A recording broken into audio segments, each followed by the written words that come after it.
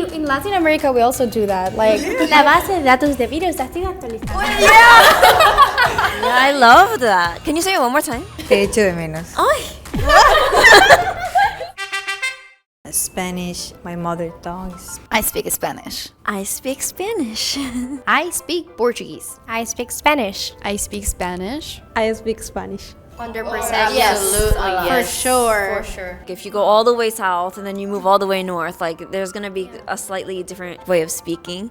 Even the words. And not only that, but the speed, like how we talk. Or you cut like the words, the last letter or the vocals, they kind of sing it or put it like higher. Oh yeah, we have that. Like in my city, we tend to cut words of saying like para ti, we say like pa ti. So, and like, yeah, it's very deep. I think in Spain also they do that as well. I'm from Brazil, so like we speak Portuguese is completely different from Spanish. The biggest similarity when we're talking about Portuguese and Spanish, it's like vocabulary and also the grammar, for sure the grammar. But at the same time, like even if I do not study Spanish, like I'm not gonna be able to properly have a conversation. So yeah, Spanish, Portuguese are gonna vary a lot. We have different pronunciation in, for example, the letter C or S, or just cutting some words. How do you pronounce, for example, Barcelona? In Mexico, we pronounce like Barcelona. In Cuba, we say Barcelona. In Brazil, we would say Barcelona. In Colombia, we would say Barcelona. In Argentina, Barcelona. In Peru, Barcelona. Ooh, in this case, like everybody here sounds like s, and yours more like th. Yeah. Barcelona. But for example, yeah, as I said, in Spain, we also have some cities that say Barcelona too.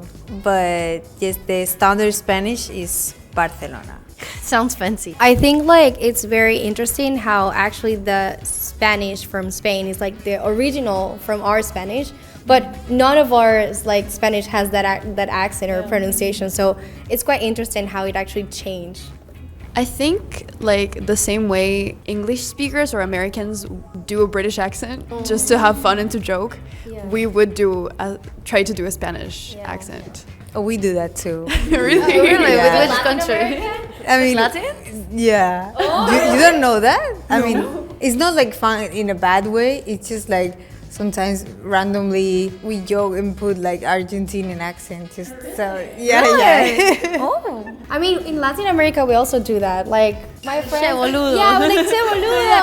Che boludo, marica. Wait. I didn't know that you guys put like Spanish accent. Oh, yeah, of course. La base de datos de virus está actualizada. Da vuelta en la rotonda. You put kind of like a sexy voice, like. Because usually that's the voice like in commercials or stuff like that. That's when it sounds. That's the one comes from in Spain. Google. When you put like Google Maps, da vuelta a la izquierda. The GPS. The GPS. Or like, For example, the word pollo in Spain we said pollo. What about your country? oh, in Mexico we say pollo. In Cuba, we say pollo.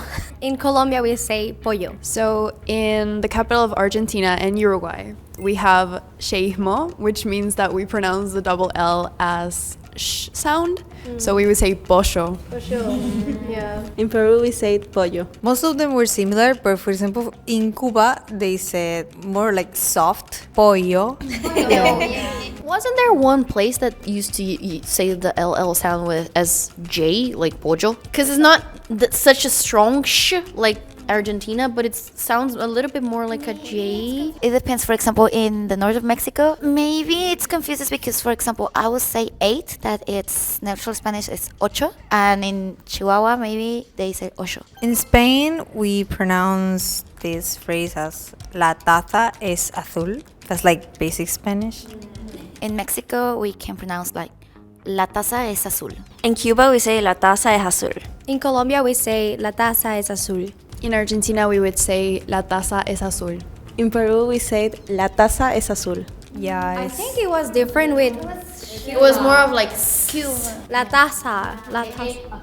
When we say es, instead of saying es, we just say eh. When you speak, I guess, like Cuban Spanish, like if we say, for example, escuela, Cuban people will say escuela. So sometimes we skip over that s and we just have a little like But actually, in my city, we also do that. But just in my city, we have like a similar like that. We don't say like "es okay," as we say "es okay," kind of like that. We have like a like strong intonation. Well, Portuguese would sound completely different, that phrase. Between them, they are so similar, but in the Spanish from Spain is always the C sound. This phrase is in Spain we pronunciate like está lloviendo en la playa. In Mexico, we will pronounce está lloviendo en la playa. In Cuba, we say está lloviendo en la playa. In Colombia, we would say está lloviendo en la playa. In Argentina, I say está lloviendo en la playa. In Peru, we say está lloviendo en la playa. I don't know if you realize that, but I feel that this time now the LL sound is more like, some of you say more like yo, like not yo or yo, is more like yo. I think maybe because it's at the beginning of the word. Like when it's in the middle, I guess it kind of like changes. But if it's the starting one, it sounds a little bit different, I guess. And for example, now the Peru accent sounds like so soft. Yeah, I saw a video that you guys have like the most neutral Spanish in Latin America or something like that. I don't know. TikTok taught me that. TikTok University. In Spain, we usually say encantada, me llamo Julia. So maybe the more polite way to say it's un placer en conocerte. Mi nombre es Dafne. Yeah, there's a lot of ways to say it, but in Cuban Spanish, I would just say, buena, mi nombre es Hayleen. That's formal? Placer. I use the formal. Actually, I use the formal. Yeah. Like, Yeah, I hear a lot just like, buenas, buena. In Brazil, in a very formal way, would say, é um prazer te conhecer. Meu nome é Julia. In Colombia, I think in like a formal way, we would say, es un placer conocerte. Mi nombre es Scarlett. But like my city, I think we would say, me llamo Scarlett, es un placer. Just like that, very simple. I think in Argentina we would say un gusto de conocerte, me llamo Margarita, o me llamo Margarita, un gusto. In Peru, we say un gusto conocerte, me llamo Victoria, o soy Victoria. It's similar, I think. Yes, most of them is like un placer, un gusto, encantado. I feel like we can say all of that way. For example, in Spain, I can say to like un placer conocerte instead of encantada. So yeah, kind of similar. And I only said one pronunciation because that could be said in different regions really differently. But it's still similar to Spanish, honestly. It's just the R sound that is pretty difficult. So like if I would say the way I would say it, it would sound a little bit harder or way more different. Like, é um prazer te conhecer. Yeah. É um prazer te conhecer, meu nome é Julia. More like the Texan side of Brazil. In Spain, we'd say te echo de menos. Why? I've never heard that. that's offensive. Like, so Yeah, I love that. Can you say it one more time? Te echo de menos. Ay. in Mexico, you would say te extraño. In Cuba, we would say te extraño. There are two main ways that we can say in Brazil. The first one would be eu sinto sua falta, or eu tô com saudade de você. Because like we have a word that there's no translation to any language so far, that it like means the feeling of missing someone. It's like the belonging to someone or somebody or something. Can you repeat that? It would be saudade, the word, and the whole phrase would be like eu sinto saudade de você. In Colombia, we say te extraño or me haces falta. Oh. Me haces falta. In Argentina we say te extraño. In Peru, we say te extraño. If you told me that, I wouldn't understand in Portuguese. I would be like, are you saying that I'm strange? Extraño, Like, am I strange?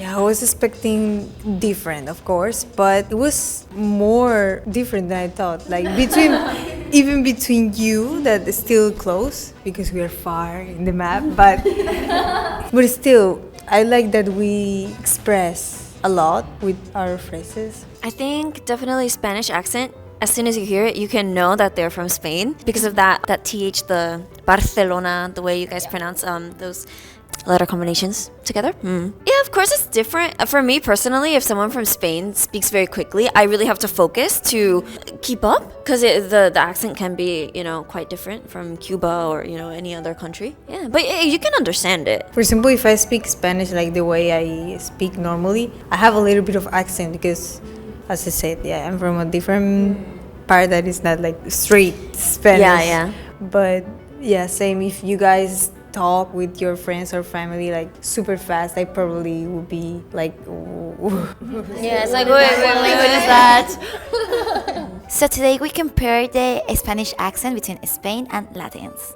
If you like the video, please like, subscribe, and leave a comment. We'll see you soon. Bye.